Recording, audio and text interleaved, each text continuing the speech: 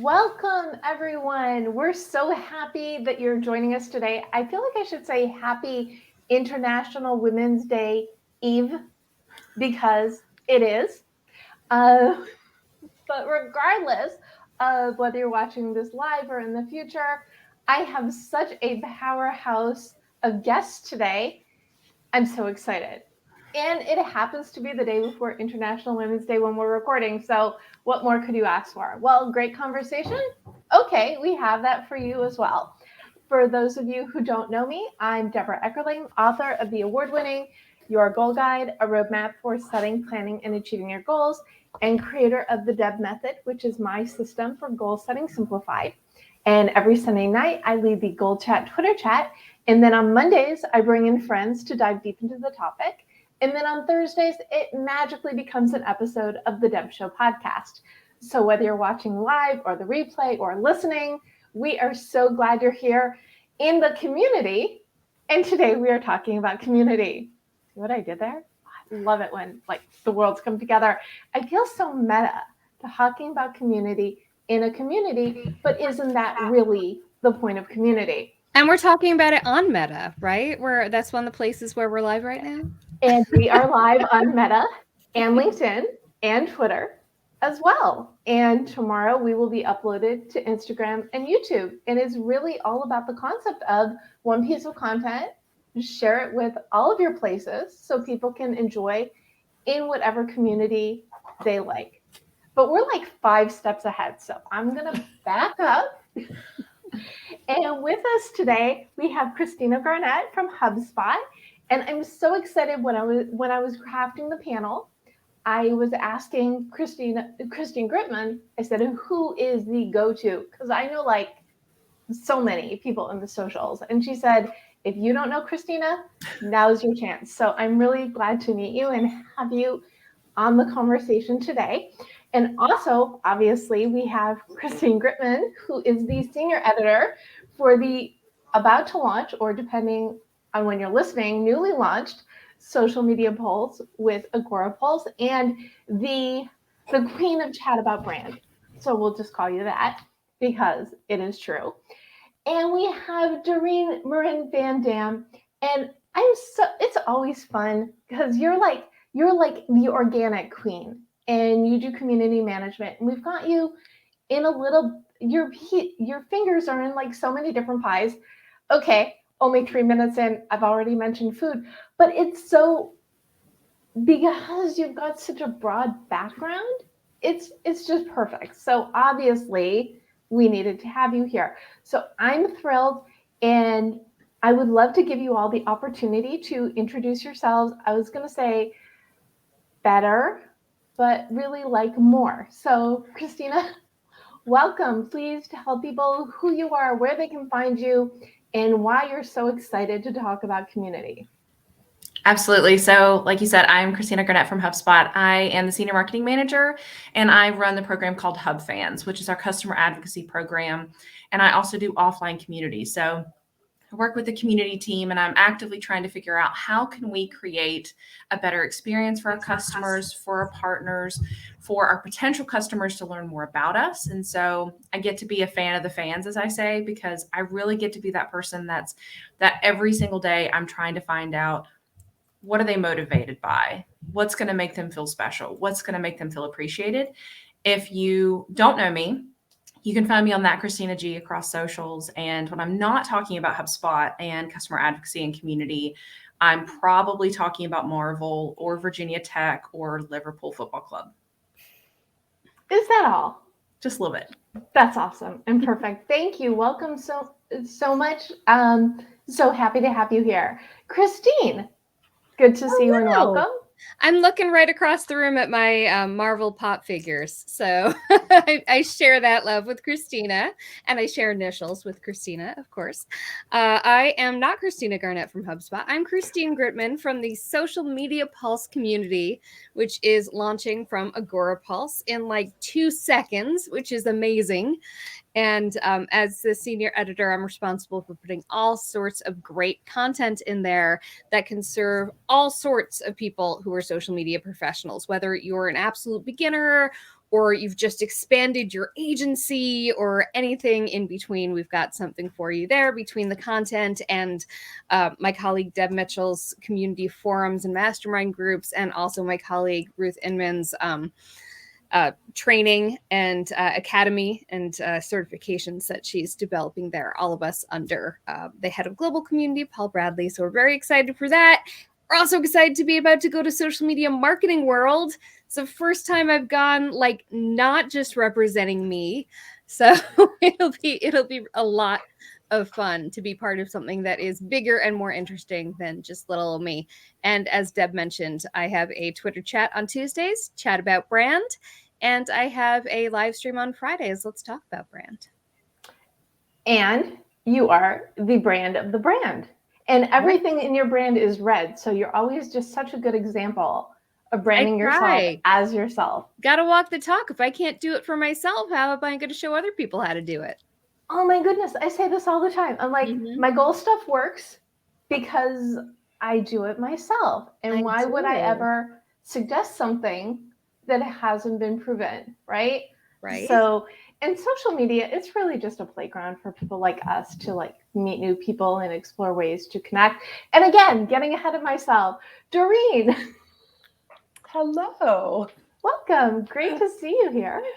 Thanks. For those of you who don't know me, I'm Dorien Morin-van Dam, born and raised in the Netherlands, but having lived in the US now for almost 34 years, which is crazy, but that's why I wear my orange glasses, as a nod to my Dutch heritage. I am, as Deb said, an organic specialist. If I specialize in anything, it's organic marketing, which means a lot of blogging, content creation, and community management, which is, I guess, why Deb thought I would really fit this panel. I'm so excited to talk to both Christina and Christine and Deb again, to all of you. As a community manager for several brands, for several clients, I do anything from creating that content to being that cheerleader to educating.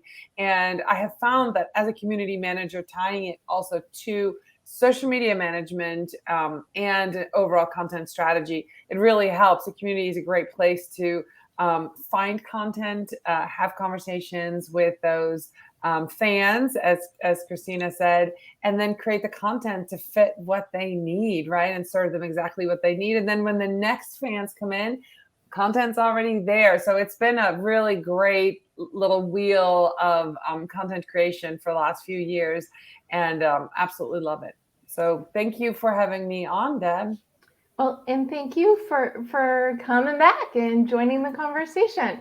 And isn't it really like the best time to be in social media? And I met both you, Christine, and Dorien through Social Media Marketing World, because when I was an editor for Social Media Examiner, I worked the event for several years. And what I think Christine and I discovered last time she was on the show is we met, we connected, we never had a conversation until she was a guest on my show. Oh. That's how it goes so much of the time. But that's why it's, what was my tangent? Oh yeah, so now it's fun to watch like all this evolution, because the world that we've all lived in for years, everybody else kind of got thrown into about 2 years ago, which is the joy of connecting and reconnecting and reconnecting in the digital space. So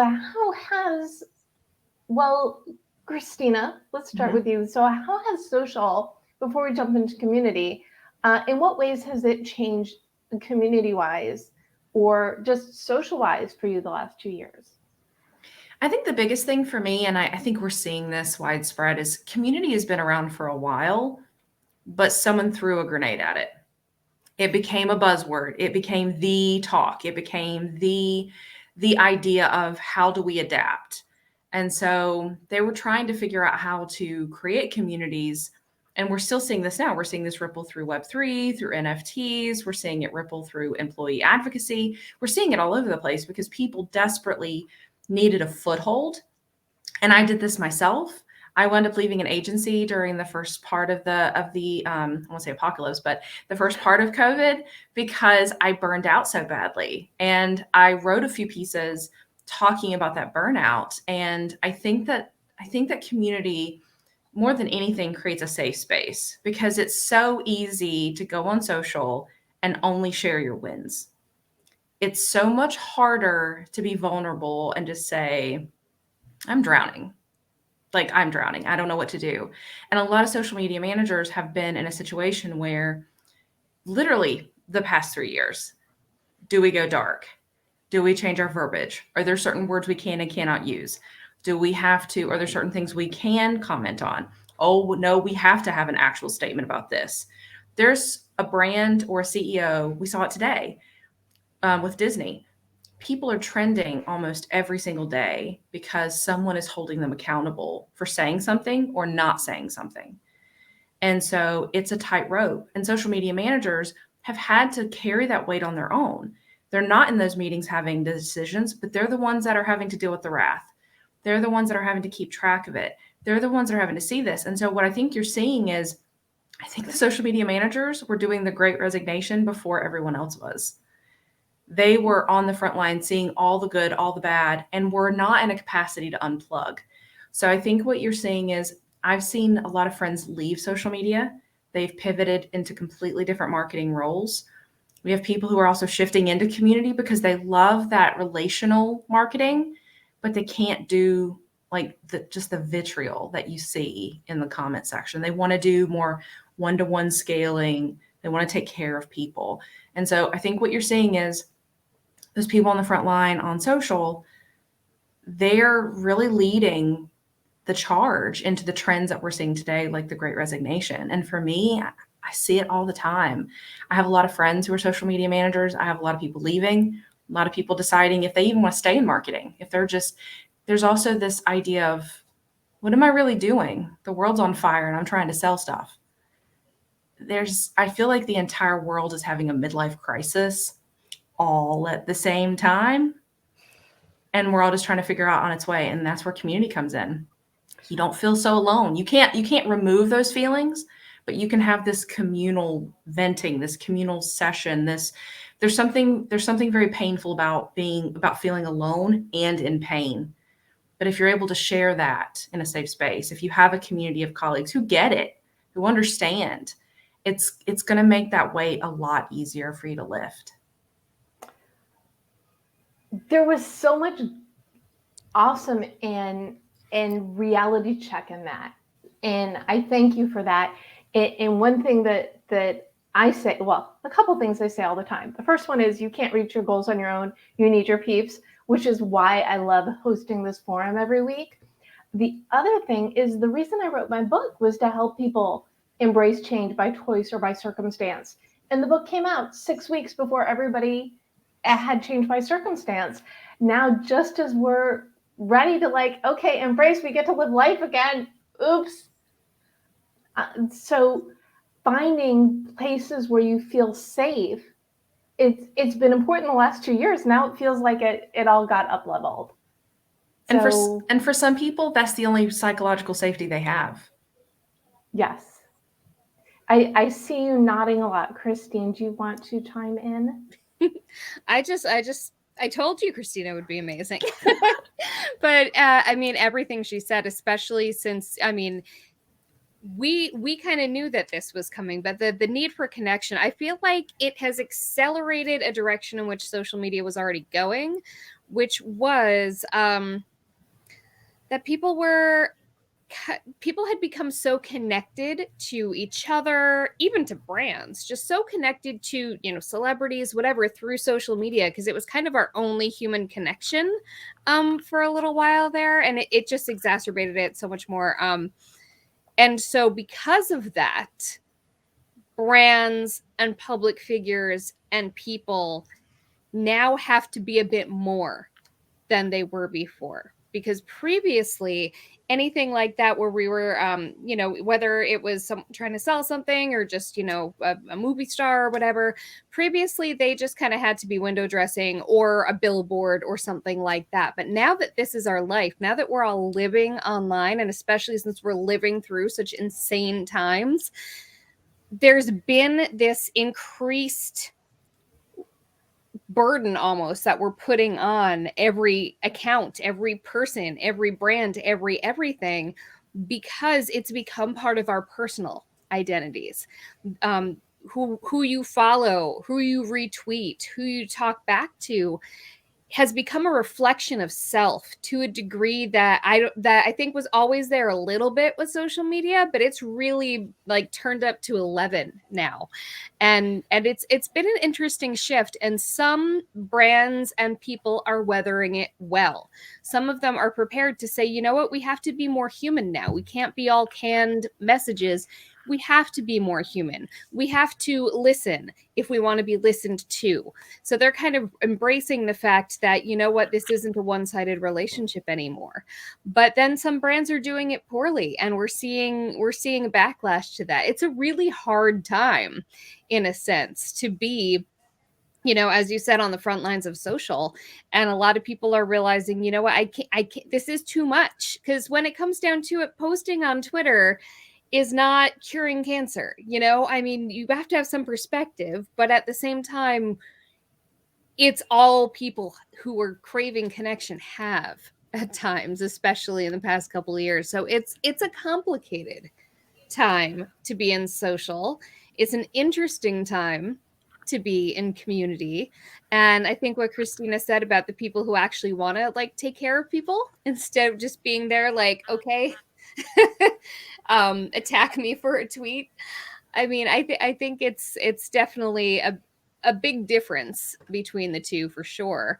And, again, some companies are adapting well and realizing that the only way to weather this is to be more human and to care more.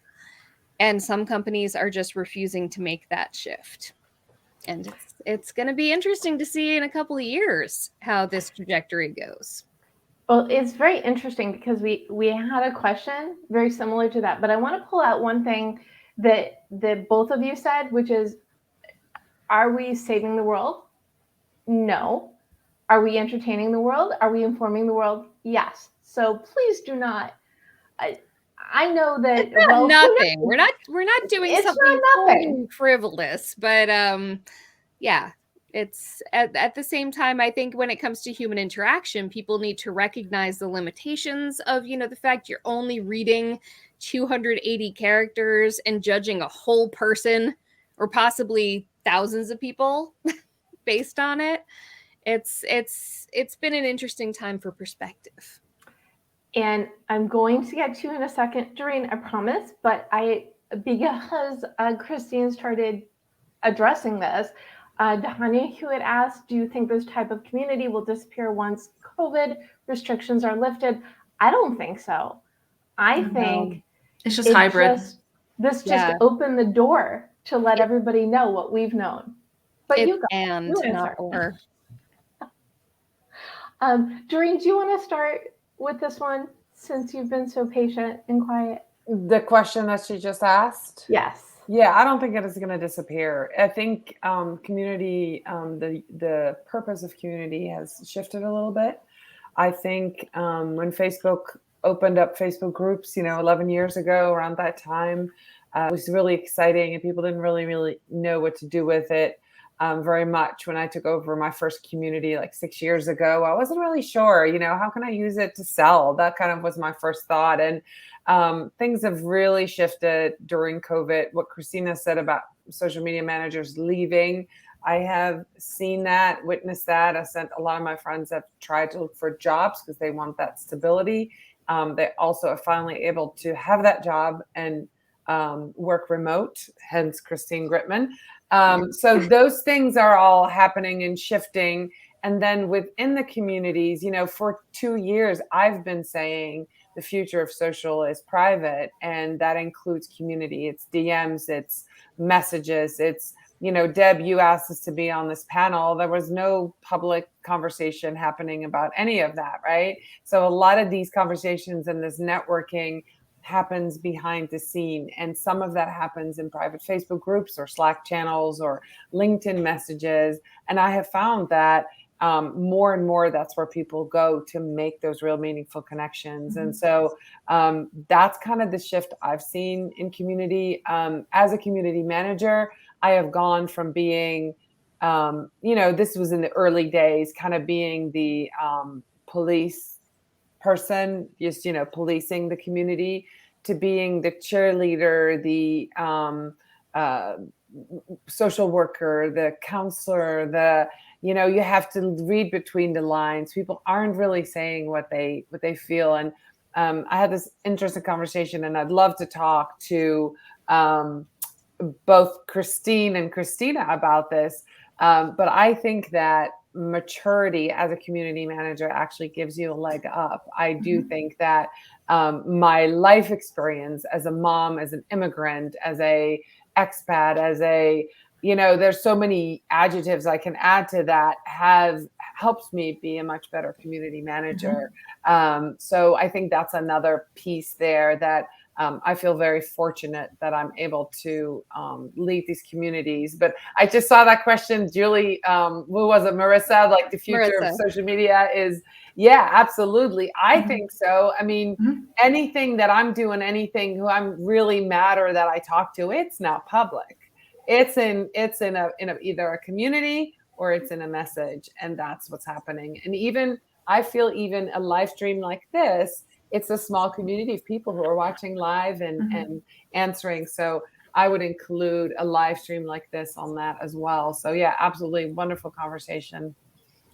It's really funny because before, in the pre-show, before you jumped on, Christina and I were talking about maturity and different career trajectories. Some of this stuff is not for, and I don't want to sound like I'm anti-young people, because we all know that's not true.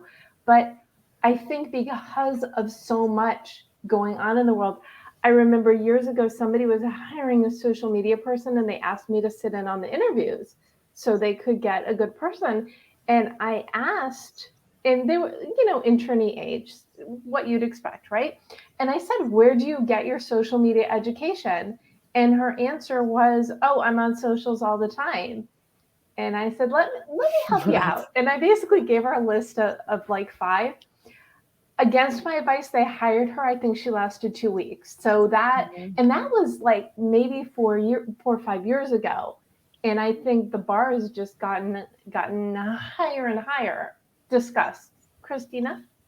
Yeah, so piggybacking off of what Dorien said, I do agree, as there's a certain level of empathy that you have to be a builder.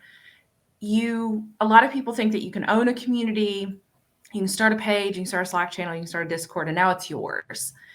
But being a community builder is one of the most selfless things you can do, because you're never going to own it. It's people. It's always going to be, if you have to choose them over you, you're instinctively going to choose them. You're going to make sure they're taken care of. They're given what they need to be successful, what they need to thrive. One of the partners I work with at HubSpot, we've talked about this, and I've talked about how some of the best community builders I've ever met, they never had a community of their own. So they actively, there's like that hole in their heart that's constantly trying to make sure no one else has that hole. And so they're constantly trying to plug it in. And he's like, you are good at your job because you're one of the misfit toys. And you actively look for the other misfit toys to make sure that they're welcome. And so that's what I really love. And I think that empathy, it's hard to be a community builder if you only know what it's like to be at the cool kids table. You don't know how to welcome somebody. You don't know what it feels like to be on the outside looking in. So how can you prepare an onboarding experience that's going to make them feel welcome when they come in? That's going to make them want to return and have value. And so I find that that's really problematic. I also loved what you said about DMs and what Marissa said about the future of socials going into the DMs. I think what you're seeing is that continuation of the raw. We saw this with TikTok. Not everything's polished. Your Instagram grid doesn't have to be flawless. It doesn't have to look like a puzzle anymore. it's just your life now. It's just pictures of your life. And so there's this removal of the fake organic of like, it's more about this is what my life really is. And I think that that's a carryover into the conversations, the DM is that's intimacy. There's things you're going to say in a group chat that has like 4 people in that you would literally never say on the timeline. Like absolutely not. And so I really view community as scaling relationships. That's really what it is. And so one of the things that we do at HubSpot is, yes, we have this larger community, but at some point, that community, if you don't have other like micro communities within it, it's going to be too big. And so you're that person that goes into Disney World for the first time. You don't know anybody. Everyone's a stranger. I don't know what to do next. You feel overwhelmed and you don't feel welcome. And it has nothing to do with anyone else. It has nothing to do, it doesn't mean that they were mean to you. It just means that you are not in a position to be successful. So in order to create value, you need those micro communities for the people who crave intimacy. There's plenty of people who can go out and they want to join a million person community tomorrow. But there's others that desperately need that safety net of intimacy where it's like, what if, like, where are the people that are like me? Where are the people that are like me within this bigger space? And so I think that DM thing, I think it's just as we're going to have hybrid of in-person and digital, you're also going to have that hybrid of the macro community and the micro community and those really intimate core relationships that you build within that bigger space. And I can attest to you at HubSpot doing a really good job. When Christina and I were there live in 2018, one of the communities I joined was First Timer, and there was a special place to go. We went, we met a bunch of other first timers, but the good thing was there were people like you and others who were not first timers who kind of took the charge and made us feel amazing and kind of gave us a lay of the land. So I love that. Yeah, and we didn't even work at HubSpot yet. I know, and it was just amazing. So I just wanted to say that, like, you don't just do it; you walk the walk too. So I totally know that, and that is, you were so spot on with those micro communities and listening, and you can do that within even a larger group, you know, with hashtags and guides, and you can, you know, do rooms, and there's different ways to do that. But yeah, people want to find that person that they connect with.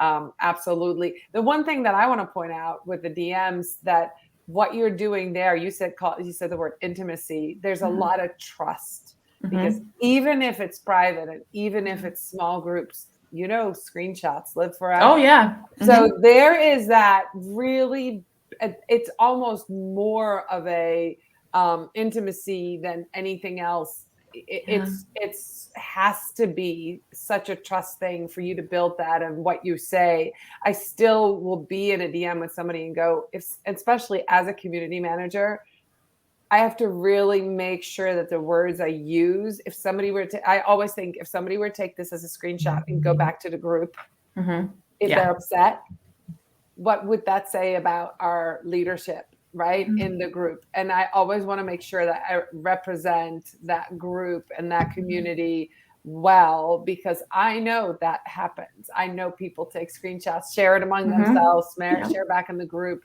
So that you were really right about that, and that's building trust within your even small communities and micro communities. Absolutely. I don't want to sound like too much of a shill here, but one of the things that my colleague Deb Mitchell is actively doing in Social Media Pulse is, from the get-go, we're trying to figure out what micro communities are going to need to exist. And I mean, sometimes it has to do with industry, sometimes it has to do with background, but that's a really key component from the get-go, because that's what you need. And we're really looking forward to people coming in and telling us what they need. But that's really key, because if you, and to go back to Dorien, you experienced this Social Media Marketing World a couple of years ago. They did, this was when they had Deb, she hadn't come to us yet, they had all these subgroups. And it was a little overwhelming, but they're trying to create as many subgroups as possible so that everyone at this huge event would feel like they had their people. even if they didn't actually know them. And they still do that with, table talks and meet up and eat ups or whatever they call them. And I feel like most of the good events that I've been to, including Inbound, which I'm excited to go back to in September, I feel like a lot of the good events try to set that up in advance. So they use the online community to form online micro communities so that when you show up in real life, you don't feel like you're walking into this huge sea of humans and you have no idea how to find your people. You've already found your people and they've facilitated the finding of your people. One of the things that I find most satisfying online in general isn't even just the people who I meet, it's the people who I connect to each other. That is the absolute best thing. And I know that you guys feel that way too, because I've seen you do it. And that is the best feeling of all, realizing I took this person and this person, and now they know each other and they're doing work together, or they're learning from each other, or they're friends now. And that's the most satisfying part. I think that's another thing that makes a good community person, actually, in addition to being a misfit toy. And I have the photo receipts to prove that in the 80s, I looked like Pat from Saturday Night Live. I was pudgy with glasses and short curly hair. So misfit toy. But in addition to that, I think also just people who enjoy being the connector of other people. Like, I don't have to be in that conversation anymore. In fact, if you guys are having your own conversations in the DMs without me, if you're going off and doing stuff without me being there to connect you because you guys are your own connection now, some people don't like that. Some people are like, no, I want to be part of that. But some people are like, no, I love this. I love that this thing has sprung up that doesn't need me to survive. It's its own thing. And I think that that's a really key component too. You have to kind of thrive on that and love the idea of that thing is happening and I had a hand in making it happen, but it's really happening on its own. And that goes back to also what you were saying before, Christina, about how you can't feel like you own a community.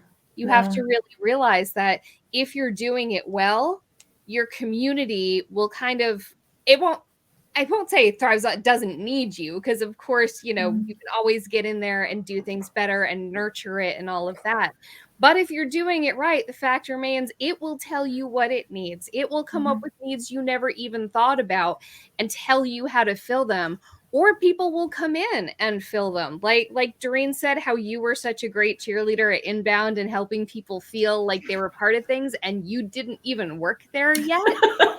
And now you do. I think I've bled orange for a very long time. Yeah, exactly. I mean, I've been a fan of Agorapulse forever, and I've only worked there a couple months, but I've been rocking all the swag I could get for years. I have Christine, what you just said, I wanted to point that out, that ownership of the community, and Christina said it before. And this is just a very short example, when I moved to Vermont, we had fiber optic cable option because we live very rural, but it was a co-op owned. 95% of the people in town, in 5 towns, got together and said, we all need this. And their ownership made it happen. And so when you have an online community that really is invested, they own that. They are also, especially if you model the right behavior as a community manager, they will start being those super fans, right? Those influencers within the community, and welcome people in. And you don't even have to answer the questions anymore. They do it for you. They become your cheerleaders. And they own that community. And I absolutely love that you said that, because that is my experience. And they feel like they do. And then they will invite more, and your community grows and thrives. It's when you, as the owner, you make people feel like not getting a piece in that. And so, this is a great conversation. I love that you guys all get it.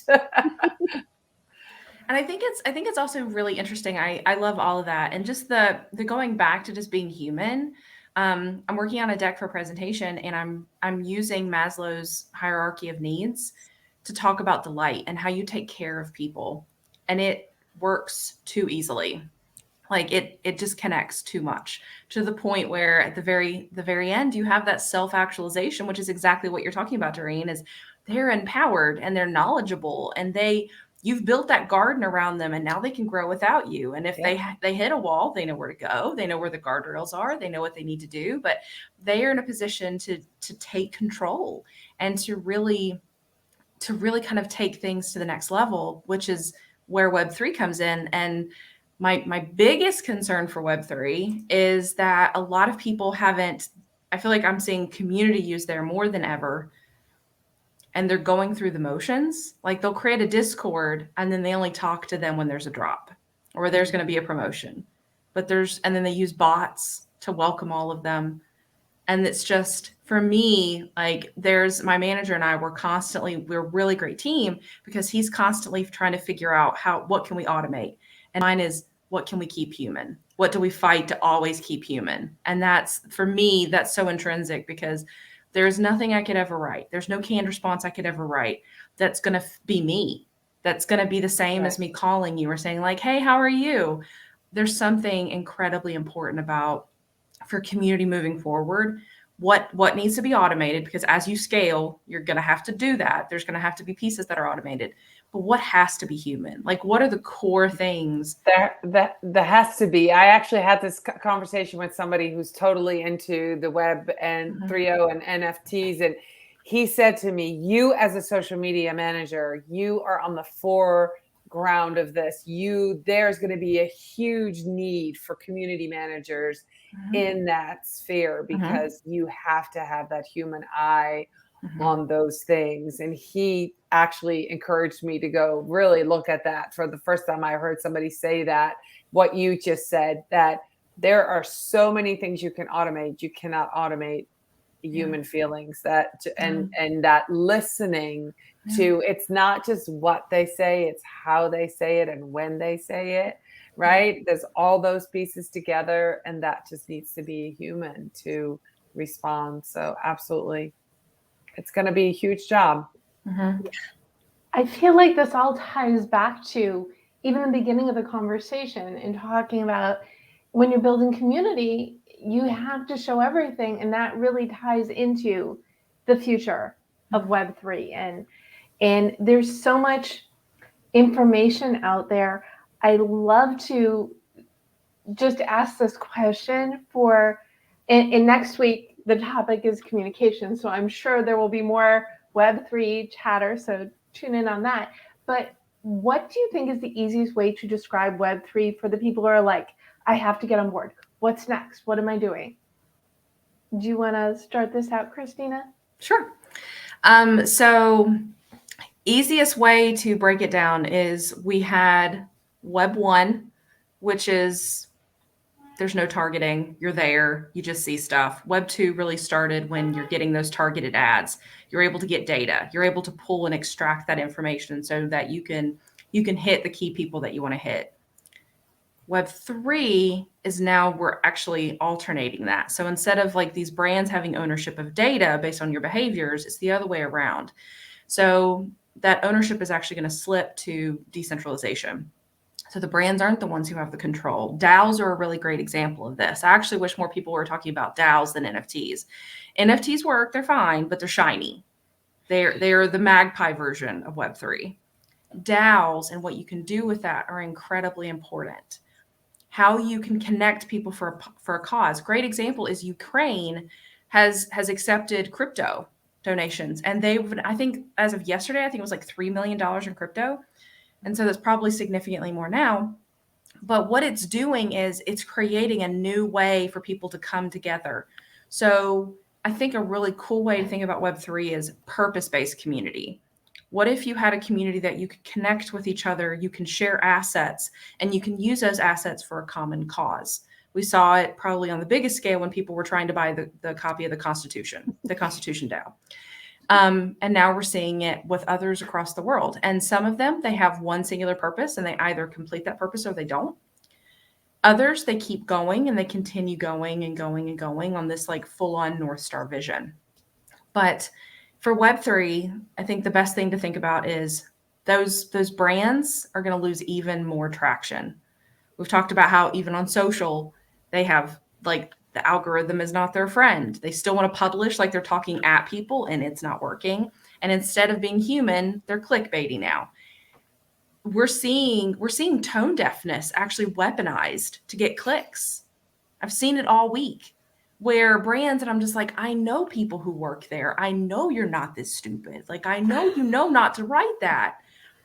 And then you're just like, I hope you got the clicks you wanted. I hope you got the engagement you wanted. And so the brands who do not spend the rest of Web 2 embracing and creating those communities are going to be in a really weird position, because the people are creating their own communities. They're creating their own intimacy. And if you don't have a backdoor channel to them because you have buy-in relationships, you can align with them on some of those purpose-driven things, you're going to be left out in the cold. And you're going to be seen as a cash grab. We already see this with NFTs. There are brands that do it, and you're like, you're just trying to make money, instead of, I'm using this as an opportunity to create relationships. I have to, Eugene Barles, who's a frequent watcher listener, just posted All Things Come Around Again. He wrote an article about micro communities for a client in 2017, and he's going to republish it because of us. You're welcome. I love what you were saying before. They're going to create their own communities. So if you're in a position to create a community to embrace your people, now really is the best time was yesterday. Mm-hmm. The next best time is now. I think community building really fits into that old trite saying. Doreen, do you have thoughts on Web3 and community and Kumbaya? No, I just want to jump on what Christina said about Ukraine. When we were talking earlier about community and talking about, doing good, it just jumped out at me that I don't know if it's the people that I'm connected to, and I would love to know from you guys, but LinkedIn has been an amazing platform for those kind of connections. And I'm seeing a huge shift there on LinkedIn, and the sense of community now that LinkedIn is, doing those hashtags and creator mode. And, it's really the organic social on LinkedIn has really gotten me excited. And so I think that they're seeing some of that, where people are creating their own communities within LinkedIn with audio rooms and different. And so not necessarily about the Web3. I'm still Web 2 with where I am with a lot of my clients. But when Christina said that about Ukraine, I was like, yeah, I noticed that. I asked my husband if he seen a lot on social media, and what I see on Facebook is people posting pictures and people posting flags in support. But what I see on LinkedIn is people coming up with solutions and ideas and innovative ways of getting transportation and people and communities. And I'm just really excited by what I'm seeing there. And I don't know if it's because I'm spending more time there that I see it. I'm connected to the right people. I don't know. But it's a very different feel than I would have expected. I'm very glad for that. Well, that almost speaks to the micro communities thing, because the fact is your LinkedIn might look different from your husband's LinkedIn, even. We're all kind of curating our own experiences on social media via the algorithm. We're having different experiences. The people who say Twitter is a dumpster fire are having a very different experience from me, where Twitter is a super supportive place full of brilliant people. So we're all curating our own experiences. So even the platforms themselves have become sort of not even necessarily the barometer of how the experience will be. It's so personalized. And a lot of those things, all three of us have been part of communities that are not living on a social platform. They live elsewhere. And part of the thing about that is that the people who go to those communities are there for that experience, as opposed to the fire hose of everything that can come at us on social.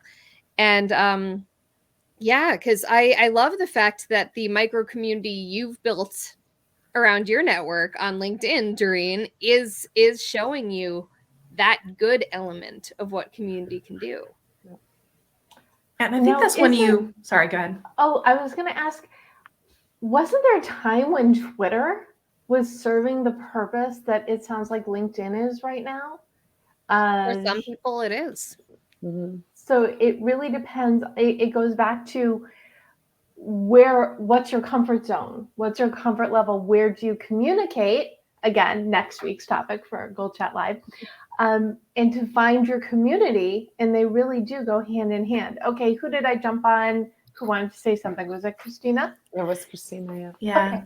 I'm sorry about that. But what I was going to say is I think that's the beauty of community too, is it's really easy when things are shiny and things are new and things are happy and everybody's happy. Like, it's really nice to say, like, we have a healthy community, but I find that it's in the bad moments, it's in the low moments when you really see what people are made of, when you really see their commitment. And so I've really appreciated, I'm seeing the same things on LinkedIn. I'm also seeing the same things on Twitter. I'm a firm believer. And if you have a follower count that's of any note, if you don't use that to make the world better, like, what's the point? Like, what is the point? So if you can share like good stories, like there was the video of the little girl who was singing Let It Go, or the picture of the strollers in Poland that they were leaving them at the train station for the moms and dads who were coming over holding their children. Like, there's moments of hope, but there's also, how can you help? How can you get this out? And making the news louder than the misinformation and showing how that support can look like, whether it's a monetary donation, whether it's sharing the news of others. And I think also, like, I think this has been a really interesting moment for the tech space as well, because there's a lot of tech that's in Ukraine that I don't think a lot of people realized.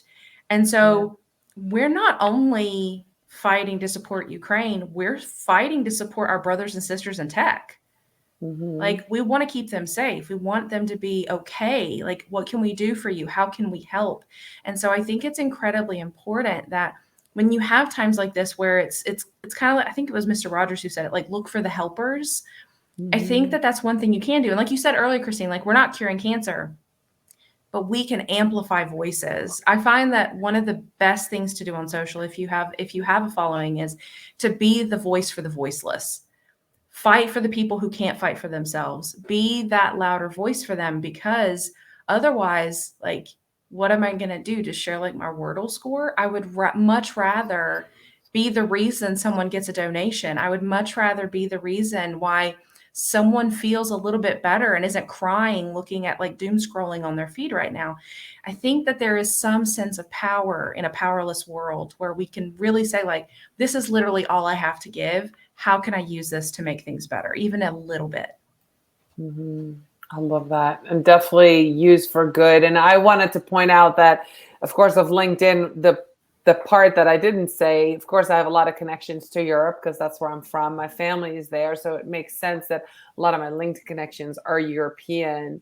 And I was shocked to find out today, to read an article that there 9 different European countries are stocking up on iodine, because we're going back. I grew up there in the 80s when the threat of nuclear war was real. I remember the angst of being 15, and every popular song was about when the bomb falls, when the bomb drops. And that was a reality check for me today, to read that and go, there's going to be a whole new generation of kids who are going to have that same fear, yet we are now able to talk about it more, because that was, this was in the 80s. It was everybody, you just had the micro community of who you were with, but now you can talk to anybody in the world. And maybe that, I was thinking that just sharing that story might make somebody feel better, like we've been there before. It's just crazy what's happening. But yeah, I love that you said that, using it for good instead of, especially those of us who have some influence online. I know, all of us here have that voice, whether through our own show or through our following, and being able to, extend that community and help network, even that, connecting the right people to the right places. That feels incredible. Absolutely. And I think there's that common trauma bond that we have. Like, we had it when COVID started. The world essentially all had to witness at the same time, no matter how it was handled. And then from there, now we have this case, and we're seeing these like global historical events, and we're all trying to figure out in our way. And I feel like that's I feel like we're intrinsically a part of a community, whether we realize it, because globally we keep having these moments where, and there's no escape. You are a part of the community that's experiencing these moments at this time. What I find, and it's not so much super interesting, but I scheduled this conversation, I think, what was it, a month ago, Christy? Something like that. Something like that. And that I always have a vision, a theme for my month, the things that I want to talk about. And we were talking about community for just the value of community, the value of support. And I love the rabbit holes, this conversation. I can't design this. I don't know. When I schedule these things, we didn't know. I mean, yes, we wish the world were a better place and we're working on it, but being in positions where we can inform, enlighten, and even motivate is super important. And my community, just to bring it back up to mainstream-ish, I started my community, my Right On group. It started as a live, in real life people community. Remember those things? Like years ago, back when I lived in Chicago, and I restarted up again in LA, and around, I think this was like the crossover between Web 1 and Web 2 around 2007, 2008 is when it became a Facebook community, which led to other things. And now it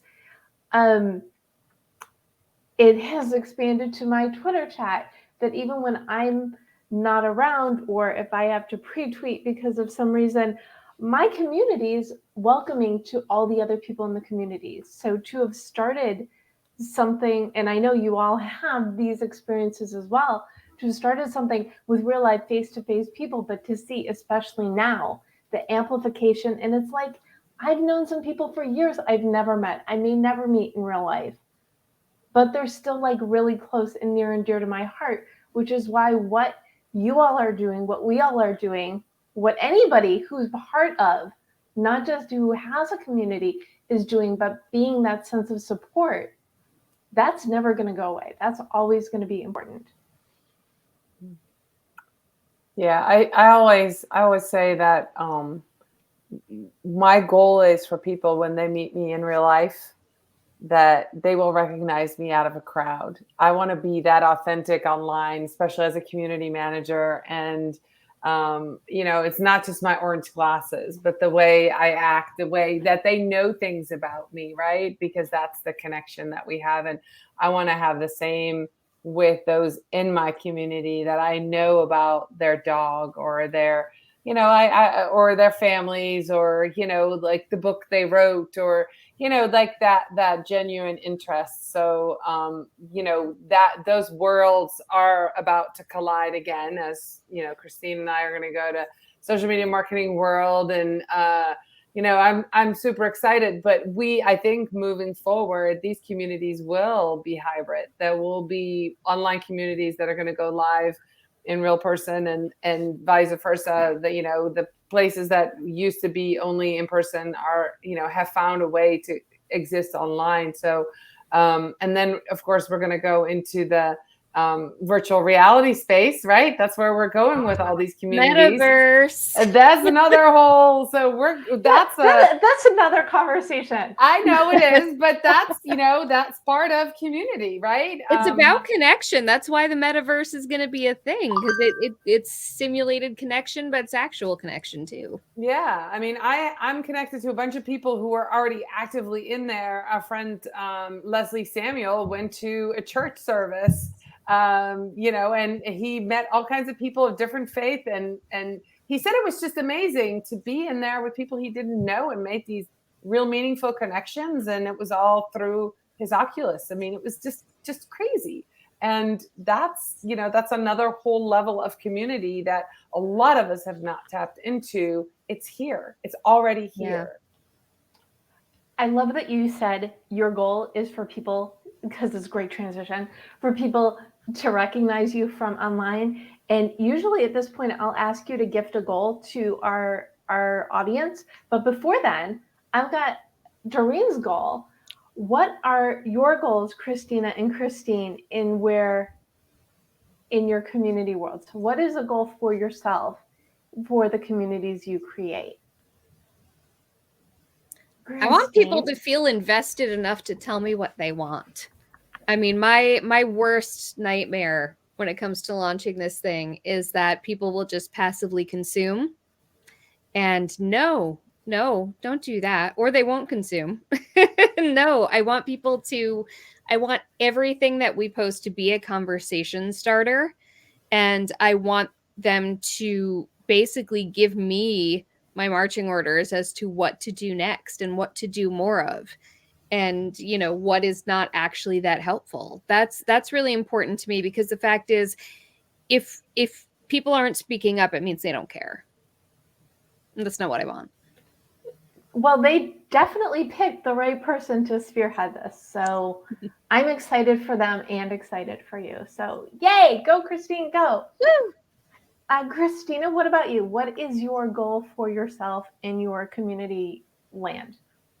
So last year was all about creating a foundation. This year is about establishing at scale a real strong global commitment to advocacy. And so what Christine was talking about earlier, where you're creating those bridges, what I really love is being that person that's in the corner for our advocates, our customers and partners who absolutely love us. And so for this year, what I'm challenging myself to do is to create those micro moments, to create those magic moments. It happened at basically every conference I've ever gone to in real life. I've had one of these. And the only way I can describe it is I am exactly where I'm supposed to be at the right time, at the right place. And no one could have created that micro moment the way that I created that micro moment. So I want to do that, but I wanted to do that at scale, in person, at Inbound, online, so that when people are thinking about in their career, here is how I got that opportunity. Here is why I'm a speaker here. Here is why I was able to write that blog. It all comes back to Christina helped plant that seed for me, because you want them to be invested in your community. I want them to know that I am invested in them and that I'm planting these seeds along the way, that we can grow that together. And so the soil is good, the fertilizer's down. I am all about planting flowers everywhere. Oh, I love that. I want my community to know I'm invested in them. And I think that's like common for the group. It's so important because it goes back to, you can't reach your goals on your own. You need your people. You need to put the people together and watch them make the magic. I get such joy when I see people who I've introduced on my show interview each other on their shows, and I'm like, I did that. So I totally get it. It's empowering, and it's powerful to be that kind of voice, which you all are. So, boy, this is such a good conversation. I do want you all to gift a goal to people who are watching. One thing that they can do today, tomorrow, the second they're done watching this, or maybe they're going to pause and do it right now. What is something easy anyone and everyone can do well, I'm just going to say along the vein of community, because I want you to take it in whatever direction you would like. So let's start with you, Christina. I would say that you need to make a list. It can be on a Word doc, it can be in a spreadsheet, whatever you want. You're going to make 2 columns, and you're going to do a give column and a take column. You're going to do one for your community or your brand or whoever is creating this community. And then you're going to do another one for the people that you want in that community. And I want you to realistically think about what you were willing to give and what you are expecting to take for you as well as the members. And then what I need you to do is I need you to look for alignments. A lot of what I do in my job is I take internal needs and I turn them into external opportunities. It's not transactional. I am converting. And that's what I think a good community builder does, is they convert something that's an internal need and they turn that into what the community needs. And it could be the opportunity to speak at an event, the opportunity to share a quote, the opportunity to be featured, the opportunity to do whatever. But think about give and take and where the alignment is, and be very honest, because you need to be very understanding. And it's just like a target market. What's motivating them? What do they want? What do they need? What do they expect to have here? And then what are they willing to take? What are they expecting to get? What are they going to give? What are they going to take? And then a community builder, what are you going to give? What are you going to take? And you also have to make sure that as the community builder, your give is significantly longer than your take list. You have to always give more than you take. And that's it. That's your homework. And if, let's say they don't have, someone's watching, they don't have a community, can we adjust the goal? You can do the exact same thing for social media. So there's perfect. What that sorts was of the things. right answer. Okay, good. So what sort of things does your audience want to take? Do they want to be entertained? Do they want to be informed? What does that look like? And I think that any brand that does that, they'll be able to have a better understanding of why someone should follow them. Why would someone like their content, share their content, engage at all, or just keep on going? And it's, if you're not giving them what they want to take, they're not going to engage. Great. Excellent. I just want to make sure there's a goal for everyone, not just community builders, even though we're all community builders in one way or another. Doreen, what is your goal to gift?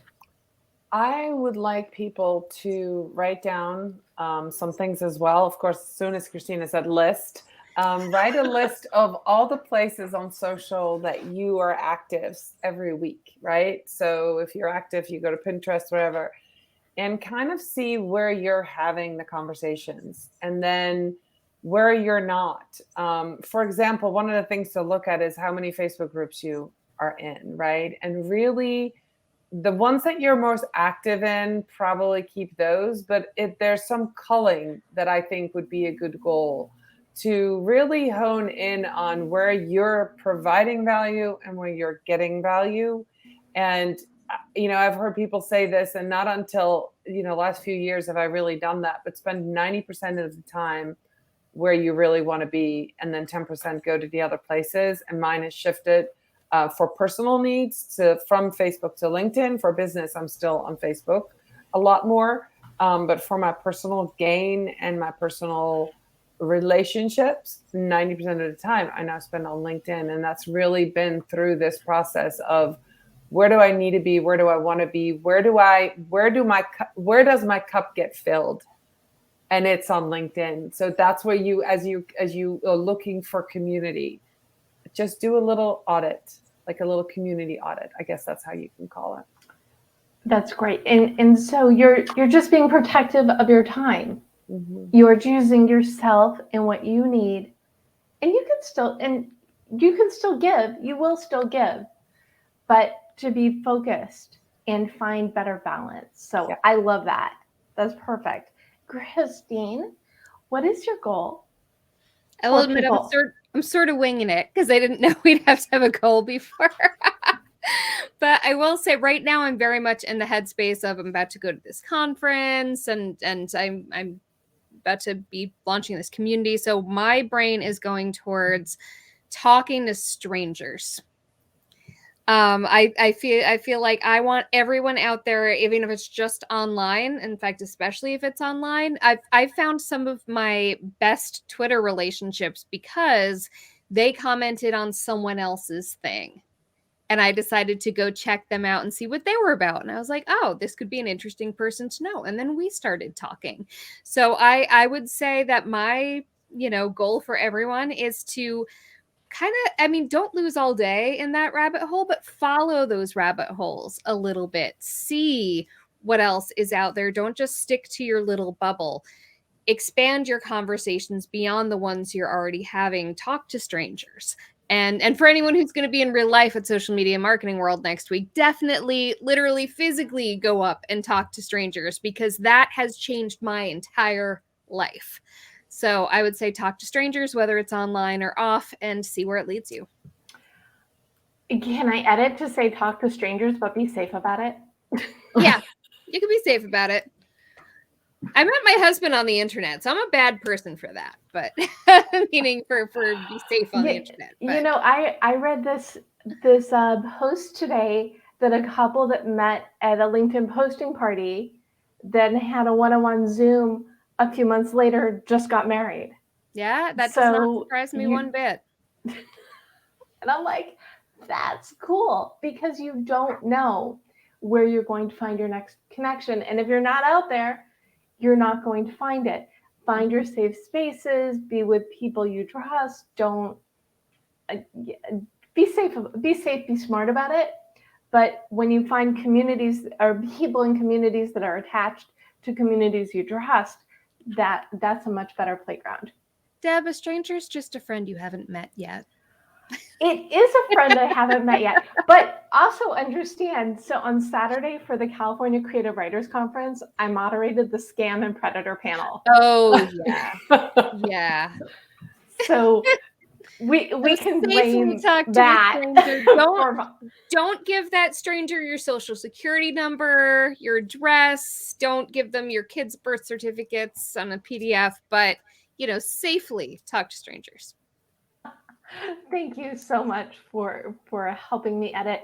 And we're going to have a recap. It'll be up tomorrow, so you can go to thedebmethod.com/blog for the recap to this and my previous shows.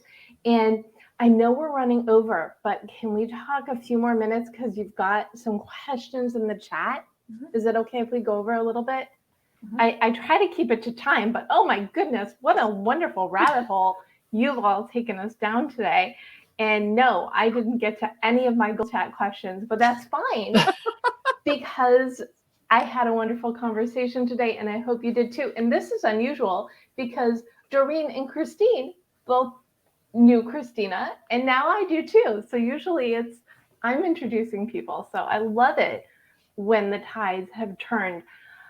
Now, okay, here's one from Marissa. How can you demonstrate to grow your business or prove to bigwigs that it's necessary? I think we're talking about scaling relationships. Mm-hmm. So I'm going to interpret, and if I'm wrong, please realign. Businesses don't always understand the value in developing relationships. Is there a way to tell them, yes, this is important? Christina. Like with most things, you have to show someone else doing it correctly. They want proof of prior success. So probably the best example is Chewy. Chewy has created a community, it's B2C, but they nail the cardinal rule of community is you have to care what they care about. And so if you need a return, they'll let you keep what you have, and they'll just give you, like, if it was wrong size or wrong item, they'll send you what you were expecting or what you needed, and then they'll keep that. They also have a community where you can join and you can be a part of pet-related projects, whether it be shelters, whether it be people who are doing fundraisers for dog food or other things. In addition to that, they're sending birthday cards to pets. They're sending flowers to people when their pets have passed away. We did that for us. They're creating these micro moments that I can't even say it fosters loyalty, because it's so much more than that. It is basically saying you are entrusting us to take care of something that you love like a child. And we know how much you love that dog, that cat, that animal. And we are honored to be a part of that for you. And so we want to be a part of that process. So we want to be there for you in the good moments. We want to be there for you in the bad moments. They sent like paintings of pets, like just bonkers, above and beyond, like masterclass in how to take care of your customers. And so that's a really great thing that I would point to if you need to explain to a boss like why community matters, because it's a long haul. It's long game. And so go ahead. I was going to say, but it has to come from the top down. Even if you sell it to a VP of marketing, or if you even have this VP of marketing says, we're going to do community, you have to have buy-in from everybody all the way at the top. Because if they don't get it and they don't understand it, they're not going to support it, and the community cannot thrive to the fullest. You can't get to do those things that Chewy, I'm sure I know, because I'm a Chewy customer as well. I have 3 large dogs. They eat a lot of food. So yeah, I mean, I just know that if you don't get the buy-in, you won't be able to do the gift certificates or the cards, so it has to start all the way. So showing somebody is one thing, but then implementing it, even a small campaign in your own community, and then showing within your community small successes will really build that up and show that. Absolutely. And ComStore has a really great thing. It's called community led. They have a community led report, and they talk about what that looks like. And you can see the brands who've done that, where leadership has said, we are a community led company. And that's exactly what they're doing, is they're basically stamping it as, from leadership down, this is something that we believe in. That's excellent. huge. And she corrected it to say, how do you let them know the value of creating community? I think that was answered. So we're good. We have a question from Kat Dillon. She's got a vocal email list. Any tips for getting my social feeds livened up, even if I choose not to put a lot of time and energy into it? Well, start by joining the waiting list to Christine's Social Pulse community, because I'm sure there'll be lots of education in there. So what are simple things people can do to do more social without doing more social? And Christine, want to start this one? I mean, it all comes down to starting conversations. A lot of people in businesses who think that social isn't really working or isn't getting traction, a lot of times what they're doing isn't starting conversations, at least not successfully. And some of them are like, well, I am trying to start conversations. I'm asking questions. But are you asking the questions that's already on your community's mind? Or are you just asking a question to ask a question? And if she's got a vocal email list, then she should probably know what they're interested in discussing on social and what they're interested in seeing on social. Sometimes it's a disconnect where they just don't know, that those multiple touch points are there exactly. I mean, yes, if you're on a company's email list, you can probably figure out that they probably have social, but the fact is you have to kind of lead them to it. You have to make that connection. You have to say, tell us over here what your thoughts are on this thing that you already know that they're thinking about and engaged in because they've been talking to you about it. So it's about kind of not having the channels be siloed. It's about having them all connected to each other and all very, very strongly led by what you're already hearing is interesting, not what you want them to be interested in, but what you're already hearing they're interested in.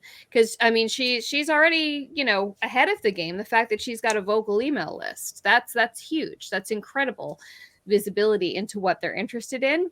Just, show them how you are providing that experience in multiple places and get their buy-in there and get their involvement there too.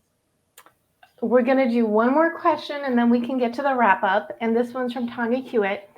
She wrote, we have to be aware of filter bubbles in social media. Do we risk creating insulated echo chambers devoid of diversity and perspective? Doreen, you get this one. All right. Can I read it? Can you pull it up? Yes. Sorry, I was listening. Well, by creating the healthy environments, are we creating bubbles? Is that a problem? Yes I don't and think no. I mean, if that's the only place you are, yes. But people have different interests, right? So I wouldn't expect Christine Gritmon to go to one community and then stay there and just talk to the introverted people. She would have different interests, so she would go. So yeah, you create a little bit of a bubble, but you also want to invite people into that bubble. So as a community manager, you want to make sure that that job includes, including other people. And even if it's a micro community, really staying true to that, but also saying, what else do we need? So there is a little bit of a risk, but I still think people love that. I can have a conversation with the same 3 people every single week and call it a mastermind and be thrilled with that. And that's a micro community. I don't think there's anything wrong with that because I'm also in other communities. Does that make sense? In multiple bubbles. Right. I was going to say bubbles are your friend. Yeah. Yeah, I mean, that's really what it comes down to, right?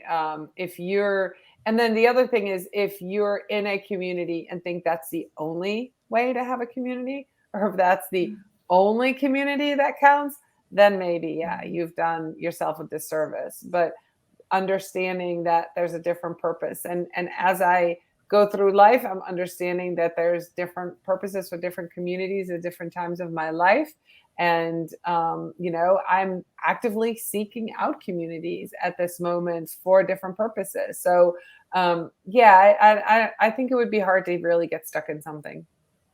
I think it's also important to, when we talked about earlier as communities being a safe space, I think when you're building something, you're setting up those guardrails, you're setting up, here are the rules, here's how we talk to each other, here's how we communicate. I think it's incredibly important to acknowledge that, because in the world of the internet, there's people who will misconstrue anything you say. They will pick a fight, they will what if all over the place to try to catch you and try to espouse their anger over anything. In a community, especially as someone who's moderating, who's a manager, you're in a position to educate people and be like, we're all adults. You could disagree with somebody and, I don't know, still be respectful, still say like, all right, well, this is how I think and that's how you think and that's totally fine. And we agree to disagree, but it doesn't mean I dislike you or I think you're stupid. I think that there is a set expectation that managers need to take on, which is, what are the main ground rules for building a community so that when someone comes in here, if they don't feel like they're a part of the echo chamber, they feel safe in being a part of that. But I think if you get to the point where you're trying to cull the people who disagree with you, or you're trying to create like the micro of micro communities, there's another C word for that, and it's a cult. Mm-hmm. And it's not what we're doing here. We're looking to uplift, enlighten, and make people feel good, like they're not alone. Yes. Right. It goes back to we want the table that everybody feels welcome at. This is our dining room table. Let's feast. Let's have a conversation. Let's support each other. What a fantastic conversation on community. I told you it would be. I like it when I'm right so much. Christina Garnett, where can people find you? You can find me on Twitter, LinkedIn, Instagram, although my Instagram is basically like nature pictures. So don't think it's going to be anything fascinating. But at that Christina G or Christina Garnett. And then you can go check out the HubSpot community at community.hubspot.com. Go check things out, figure out if there's maybe a spot for you, something you'd like to learn, connect with. There's multiple micro communities that you can join, you can connect with. If you've taken a certification course that you really love, we have study groups, so you can connect with other people who've taken the same certifications that you've taken. So would love to have you, and let me know if you have any questions. Fantastic. Thank you so much. And Christine Gritmon, where can people find you? I'm sort of a split personality right now. So my personal brand and my branding stuff is, I'm the only Christine Gritmon around. So you can Google that, and I'm that. I'm C Gritmon on a bunch of socials. I'm Christine Gritmon Inc. I'm Gritmon.com. But then the thing that I'm really into lately, of course, is the Social Media Pulse community, which is launching so soon.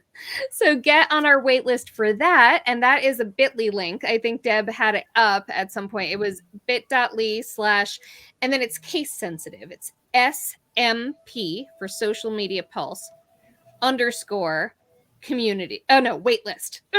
Waitlist. And waitlist has a capital W. So you'll just get on the list, and we will make sure that you are one of the first people in the door when we do launch. We would love to have you. Please get in there. Tell us what to do. Seriously, we want to make it a great place. Awesome. And Dorien, where can people find you? Well, I put my Morin Media handle, that's Instagram, Twitter, and then of course, like Christine, there's only one Dorien Morin-van Dam out there. If she wears orange glasses, that's me. It's pretty easy to find on LinkedIn. LinkedIn is a great place to connect with me. Like Christina, mostly nature pictures and my animals are on Instagram. I shared a reel the other day. My dogs was playing in the snow, and I was very excited at 3,000 views. I was like, oh my gosh. But I'm really more active in my Facebook communities and on LinkedIn. So yeah, I'd love you to follow me on LinkedIn and connect with me, talk to me in a message and tell us. Tell me that you listened to this incredible conversation tonight. Love that. Fantastic. Thank you. And I'm at the Deb Method everywhere, or you can find me on LinkedIn and connect with me there. And if you go to thedebmethod.com/blog, you can get the recap to this and my previous live conversations along with the links. And if you need help figuring out what you want and how to get it, you can go to thedebmethod.com/goals to learn more about how I can help motivate you to live the life you want, or grab a copy of your goal guide on Amazon or your favorite place to buy books. I'm so excited. This was so fantastic. Thank you all so much. Do you have one final thought, like 3 lines, something snappy and motivating and awesome to leave our audience with? Doreen. If you're not part of a community, if you are alone, if you still feel that you haven't found the right people to connect with, whether that's in your work life or your real life, connect with me or Christine or Christina, and we will help you find, or Deb, and we will help you find a community of like-minded people, whether that's, work or life. We, with just our fingers walking on the keyboard, we can connect you to the right people. So that's what I want to leave you with. There is a community out there for people just like you, and I think that will be huge. That's beautiful. I love it. Okay, Christina, you have to top that. I can't.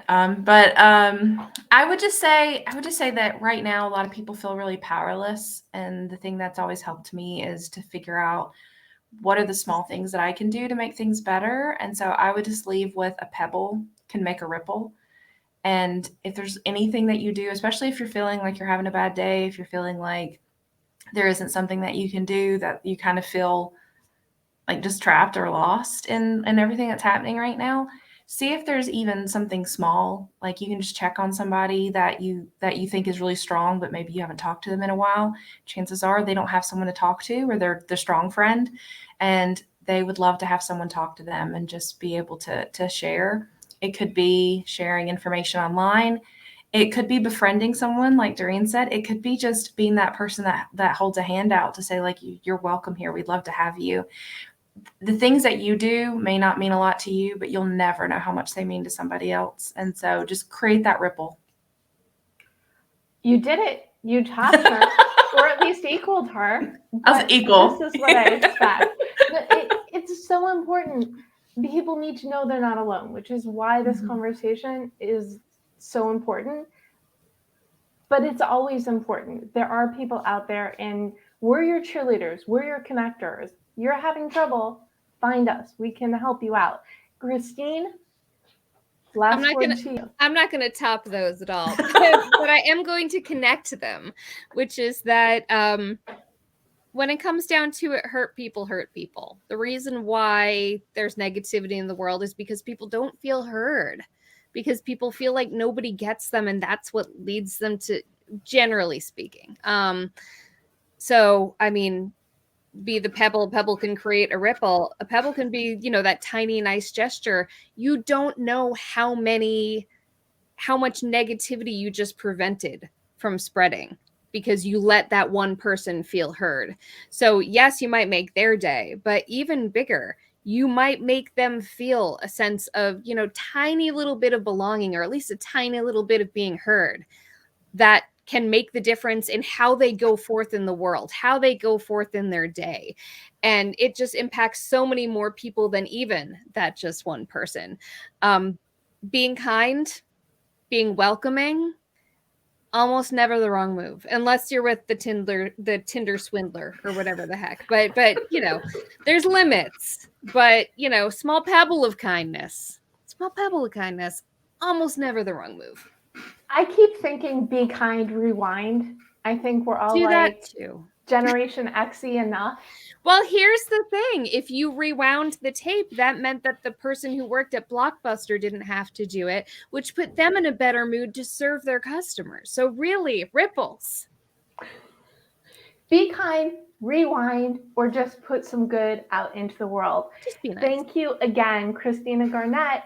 Christine Gritmon and Dorien Morin-van Dam for joining me. And thank you all for joining us today for this important episode on how to create community, find community, and feel a little bit more peace. We hope we helped. And go create community, make people feel welcome. We know you could do it, so go on out there, go for it. Bye-bye.